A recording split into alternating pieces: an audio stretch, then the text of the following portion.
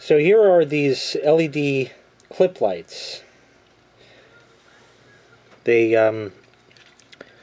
as you can see here, they clip on your hat. They have the two little hooks there, which you can see like that. And they'll clip onto any standard brim of any standard baseball cap type hat. And they do work. Just like that. You can see the spotlight that it produces, but certainly is like a headlight. It works great. But I didn't buy these necessarily for that. Number one, I did want to take one apart and just see what's inside. Obviously there's 3 LEDs, but I was curious about what type of batteries it would take. And it so turns out, I just turned it on by accident, that you take the little screw out here, take the cover off, and you will find 2 CR2032 batteries, just like that. So for $1 to get 2 2032s and 3 white LEDs, I thought was a pretty good deal. But I wanted to see, because the button they use is just a click, click, click, click, click. And in fact, just because these have such great quality control, this one doesn't work right. It doesn't click. So this one had the, if you see right there, that little opening, they have the that little pull tab in there to keep the batteries from being depleted while it's in the package. But this one is obviously useless for its intended function, since there's no good way to shut it off short of taking the batteries out. So I really bought these just for their batteries and their LEDs. These batteries are steadfastly held into place on this one, but I have a tool of persuasion here. But of course that leaves the job of taking these apart. Now, a couple things. Why did I want a 2032? Well, first of all, these are the most common CMOS batteries that are used in computers. So these are good to have.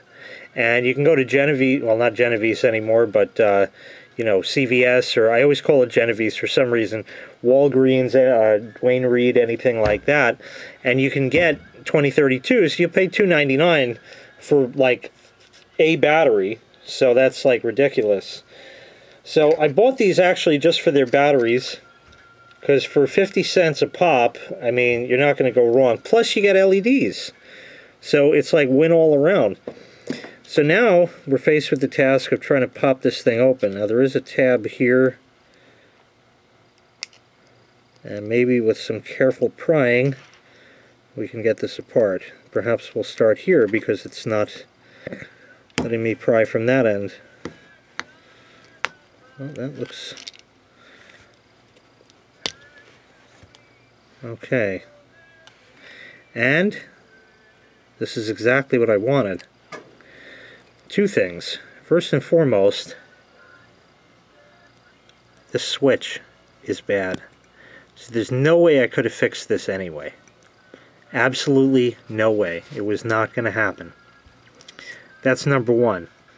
Number 2 is you have all the LEDs here.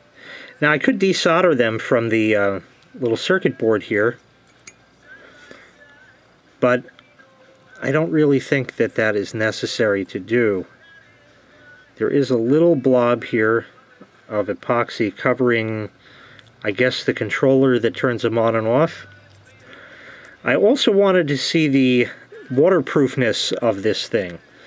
Invariably, those of you who follow my channel closely know that I get thrown in my pool very often, and if I happen to have one of these on, then that could potentially kill it. Now for $1, it's not a big deal. So I guess the next thing I want to see is if A, these will run on maybe 1.5 volts, just to see if they'll light up any, because then I could just leave it as an assembly and throw out the rest because I don't need it. And then it can just be used as a little 3 spotlight kind of sort of thing. Or maybe I'll put it back in the enclosure and just, well, then it'll be kind of a pain to wire it. I don't know yet. So let me stop camera for a minute and I'll clip this out and see what I'm going to do. Okay, so I got a few alligator clips hooked up here. I don't know what the right polarity is here. For the switch, I'm just using the one alligator clip just to jump it like that, because I want to see if it'll turn on by itself. Here's a couple of batteries. Again, I don't know which is the right polarity for this thing, but oh yeah. So that's running on 3 volts, and let me see if I could turn it around. Because this is important for a couple of reasons. Number one, we don't have to worry about that hokey little epoxy-covered piece of shit on there if we just leave those wires soldered together. That way it'll just always be on when you apply power. So 3 volts seems to work. And just stack another battery up, just like this here. And then you can do 3 volts or 6 volts. And just for fun, just to show you the difference, we'll stack 3 cells here, so that'll be 9 volts. 3, 6, 9. But I don't want to keep them at that. So really about 5 volts is good, which is great because a lot of stuff is 5 volts now. It'll be reasonably bright enough. And I think really all I need to do is just clip out the little switch, which I'm never going to use, solder the wires together, and then I have a little LED spotlight, which I think what I'm going to end up doing is putting back in its little enclosure, and then I can mount that to the ceiling and have it as a spotlight on something. And in fact, I have a little idea as to what I might be able to utilize 2 of these for. And the nice thing is, even with the battery cover, let's see over here, well, with the battery cover in place, I'd have to drill out holes for the positive and negative wires to go in. So I guess what I'll do is I'll put it back together and keep it separate. I'll keep the little switch thing out of it, so I know these have been modified to always be on when power is applied. And then I'll see when and if I get around to another project with it. So there you go.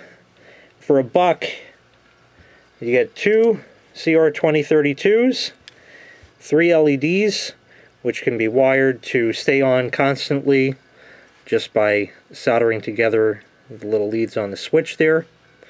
Or you can desolder the LEDs. I suspect this thing is removable. Oh, just like that, actually. Make it kind of less hokey looking, you know, just a plain circuit board. But I guess it dresses it up and acts as a little bit of a reflector, so I'll keep it back on. Only problem is the leads on these LEDs. I should really pop that down when I work on stuff so that doesn't keep happening. The leads on these LEDs are very short. So I don't know about being able to necessarily resolder that with any sort of great success on another board, but it's still perfectly functional as such. So I guess we'll just pop that back together and I'll take care of all the odds and ends about the rest of this later on. Thank you so much for watching. Make sure you hit like, make sure you hit subscribe, and go alligator clip yourself. We'll see you next time. Bye-bye.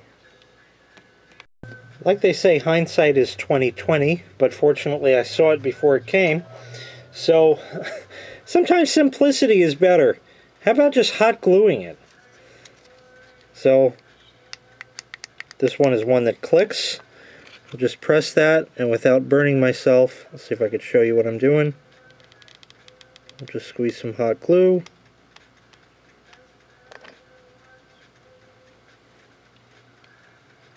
And now we'll wait for that to harden, and then do the other side of it. And we'll see if that works. There you go, one hot glued down button. That'll work fine. So here it is with the hot glued button. point it so you can see it. And it works.